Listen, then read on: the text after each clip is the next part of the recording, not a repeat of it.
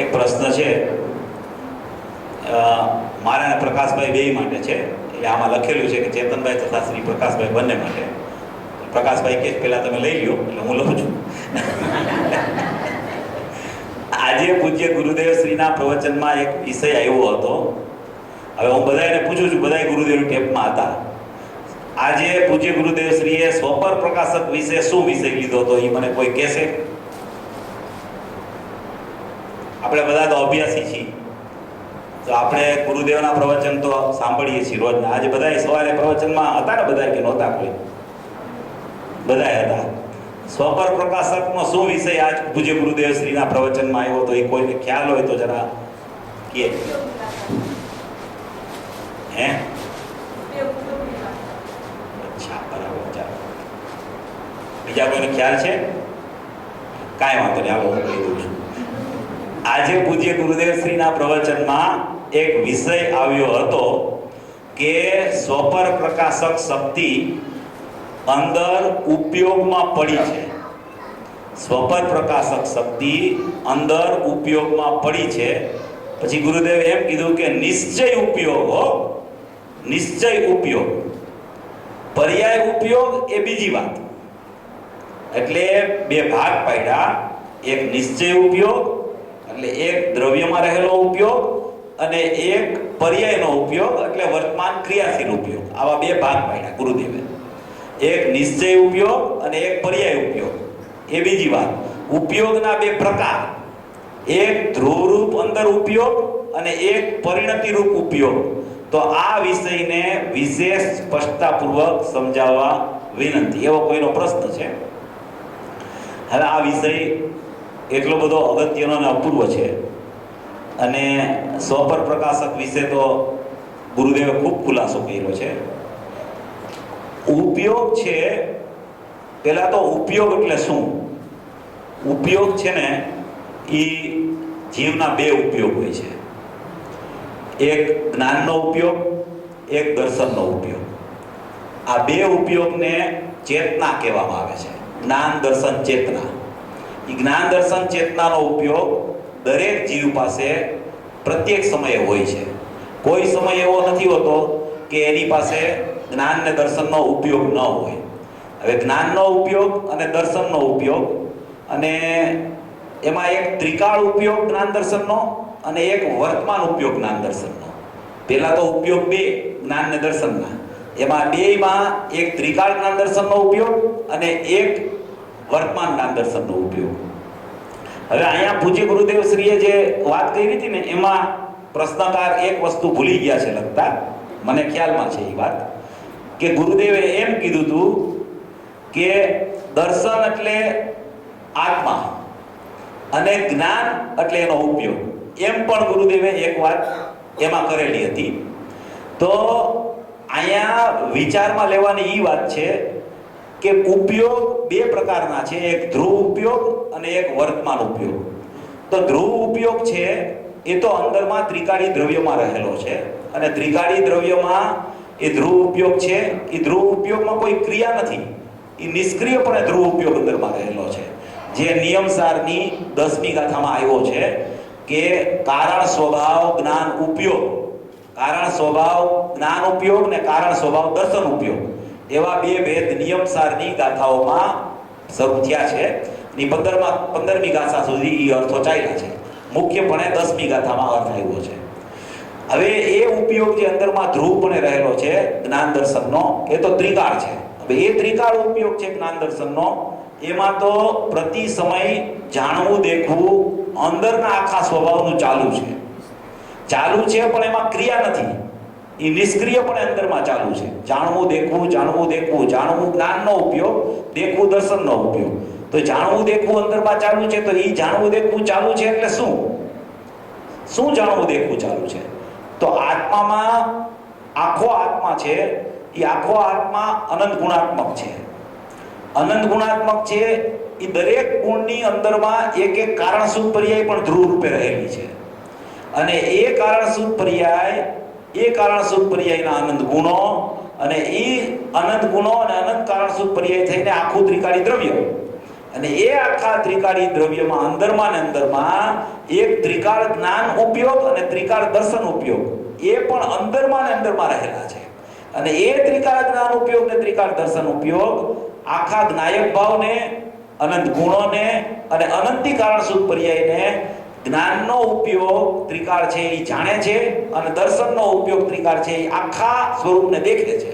એનું નામ ત્રિકાળ જ્ઞાન દર્શનના ઉપયોગની અંદરમાં જાણવા દેખવાની સ્થિતિ નિરંતર ચાલે છે. આ થઈ ત્રિકાળ જ્ઞાન ઉપયોગ ને ત્રિકાળ દર્શન ઉપયોગની ચર્ચા. આ ધ્રુવમાં ને ધ્રુવમાં છે બધું. એમાં કોઈ ફંક્શન નથી, કોઈ ક્રિયા નથી, એમાં કાંઈ પરિણમન નથી. એ શાશ્વત છે, અભેદ છે. ક્યાંય ગુરુદેવે કોઈ વખતે અહીંયા ધ્રુવમાં ઉપયોગનું પરિણમન પણ લીધું હોય તો એમાં આપણે એમ સમજવું કે એ પરિણમન એટલે જાણવું દેખવું, બસ. પરિણમન એટલે ક્રિયા નહીં. પર્યાયની ચર્ચા, વર્તમાન પર્યાયની ચર્ચા ત્યાં નથી. આ એક વાત થઈ આખા ધ્રુવના અંદરના ત્રિકાળી જ્ઞાન દર્શનના ઉપયોગની. હવે વર્તમાન ઉપયોગ, આમાં પ્રશ્ન આવ્યો છે વર્તમાન ઉપયોગનો. તો એ પરિણતિ રૂપ ઉપયોગ. તો આ જે ઉપયોગ પરિણતિ રૂપ જે ગુરુદેવે કીધો, એ પરિણતિ રૂપ ઉપયોગ, એ શબ્દ જે વાપર્યો છે ને, તો એમાં તો એને પરિણતિ રૂપ ઉપયોગ કહેવાનો આશય એમ છે કે એ ઉપયોગ ઉત્પાદ વ્યયવાનો છે. એનાથી વિશેષ કાંઈ એમાં પરિણતિ રૂપ ઉપયોગ કીધો એમાં બીજો કાંઈ ફરક નથી. એ વર્તમાન ઉત્પાદ વાળો ઉપયોગ છે, માટે એને પરિણતિ રૂપ ઉપયોગ કીધો. જો પરિણતિ શબ્દ પર્યાય માટે પણ વપરાય, પરિણતિ શબ્દ અનંત ગુણની અનંત પર્યાયનું અભેદપણું કરો તો પણ એને પરિણતિ કહેવાય. અને એ ઉપયોગનો જ અંશ પરિણતિ હોવાથી એને પરિણતિ ને ઉપયોગ એવા બે ભાગ પણ કહેવાય. ઉપયોગને પણ ક્યારેક પરિણતિ કહી દઈએ અને પરિણતિને ક્યારેક પર્યાય કહીએ.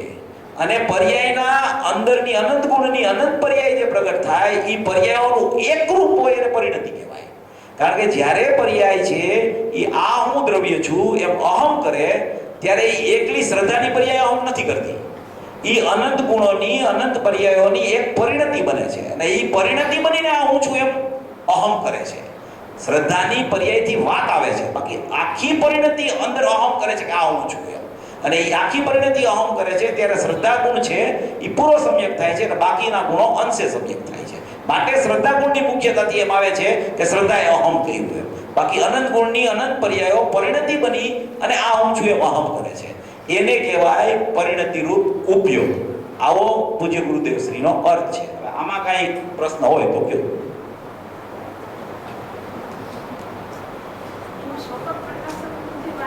હા, સ્વપર પ્રકાશક છે એમાં. હા, ધ્રુવનું સ્વપર પ્રકાશક એવું છે એમાં કે જ્ઞાન છે ત્રિકાળ જ્ઞાન.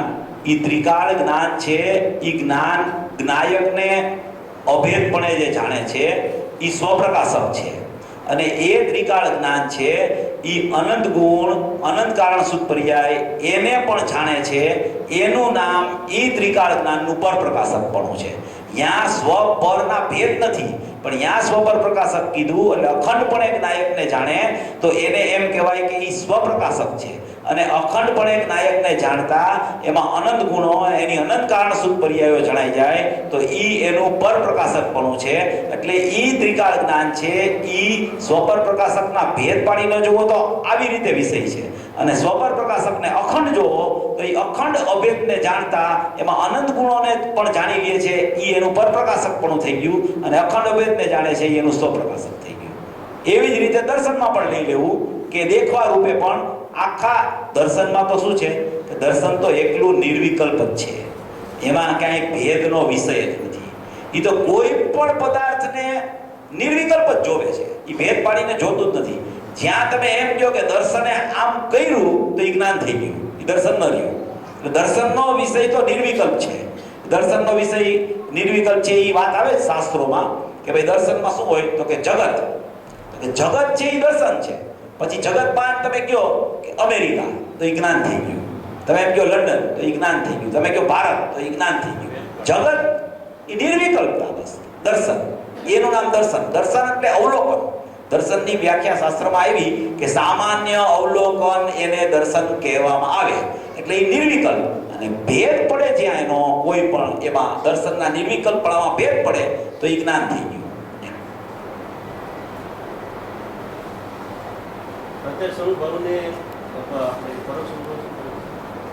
પરોક્ષ અનુભવમાં છે ને એને જ્ઞાયક કેવો છે એ ખ્યાલમાં આવી ગયું છે, અને એ ખ્યાલમાં આવ્યું છે એટલે જ એને પ્રત્યક્ષતા હમણાં થાય એના તરફ એની દોડ ચાલે છે.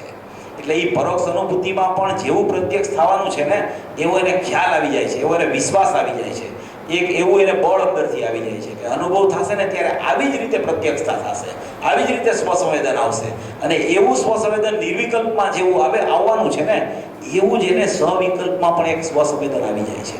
હજી વિકલ્પ છે, વિકલ્પથી જુદો નથી પીડ્યો, હજી રાગથી જુદો નથી પીડ્યો, મનના સંગથી જુદો નથી પીડ્યો, ઇન્દ્રિય જ્ઞાન મોજૂદ છે, છતાં પણ એક ફાટો એવો અંદરમાં ચાલુ થઈ જાય છે કે મનના સંગથી જુદો, વિકલ્પથી જુદો, ઇન્દ્રિય જ્ઞાનથી જુદો, એ બધાયથી ઇન્દ્રિયાતીત, મનાતીત ને વિકલ્પાતીત થઈ અને એક જ્ઞાનનો અંશ છે. આ એવું જ્ઞાયક છું એમ ફાટો કરીને અંદર જાય છે. એને એમ કહેવામાં આવે છે કે પરોક્ષ અનુભૂતિમાંથી પ્રત્યક્ષ અનુભૂતિનો જન્મ થયો, અને પરોક્ષ અનુભૂતિમાં જેવું પ્રત્યક્ષ થવાનું છે ને એ હું જ એને ખ્યાલમાં આવે છે. એમાં કાંઈ ફરક નથી, માત્ર એમાં ઓલામાં અનુભવ છે ને આમાં નથી, ઓલામાં પ્રત્યક્ષ છે ને આમાં પરોક્ષ છે. પરોક્ષમાં શું છે કે તમે સાકર મોઢામાં મૂકો ત્યારે પ્રત્યક્ષતા થાય, સાકર હાથમાં લ્યો ત્યારે તમને ખબર હોય ગળી છે, તમે ખાઓ ગળી છે એ ખબર પડી એટલે તો ખાઓ છો, નહીંતર તમે એ ખાઓ નહીં ને ફટકડી હોય તો તમને ખબર પડી કે આ સાકર તો મીઠી જ છે, તમારે કામ મીઠાશનું છે, તો એ સાકર મીઠી છે એ હાથમાં લીધી તમે, એ પરોક્ષ છે, તમે ખાઓ પ્રત્યક્ષ થઈ ગઈ. બસ એટલી વાર લાગે છે પરોક્ષ પ્રત્યક્ષ.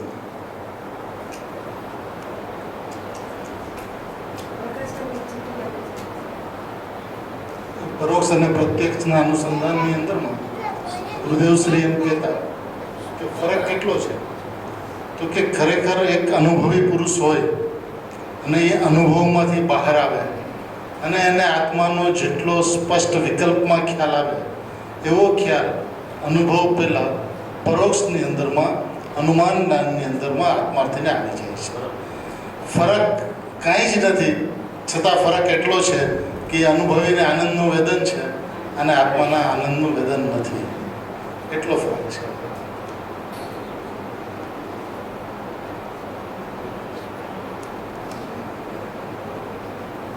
બોલો, બોલી જાઓ, પ્રશ્ન બોલી જાઓ.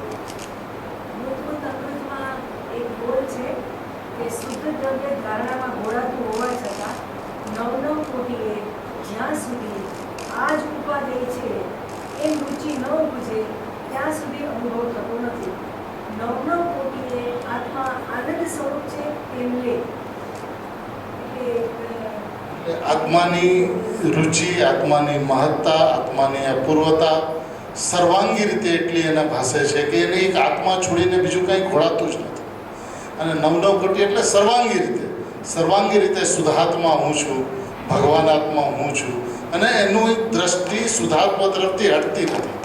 કોઈ પણ પરિસ્થિતિની અંદરમાં શુદ્ધાત્મા માત્ર વસ્તુ તે હું એવું સતત નિરંતર ખોલનમાં ચાલતું રહે છે, ત્યારે એની અનુભૂતિ થયા વિના રહેતી નથી. સ્વભાવની ઉગ્રતા અને ઉર્ધ્વતા આવે અને અનુભવ ન થાય એવું બનતું નથી. એટલે કે જે એને સતત એને ઘોળતો રહે, એને આનંદની પ્રાપ્તિ થયા વિના નહીં. સર્વાંગી રીતે જેવો પોતાનો સ્વભાવ છે, જેવી પોતાની વસ્તુ વ્યવસ્થા છે, બસ એ હું છું, ત્રિકાળ નાયક પરમાત્મા હું છું, એવું એને અંતરંગની અંદરમાં સતત ધારાવાહી ચાલુ છે.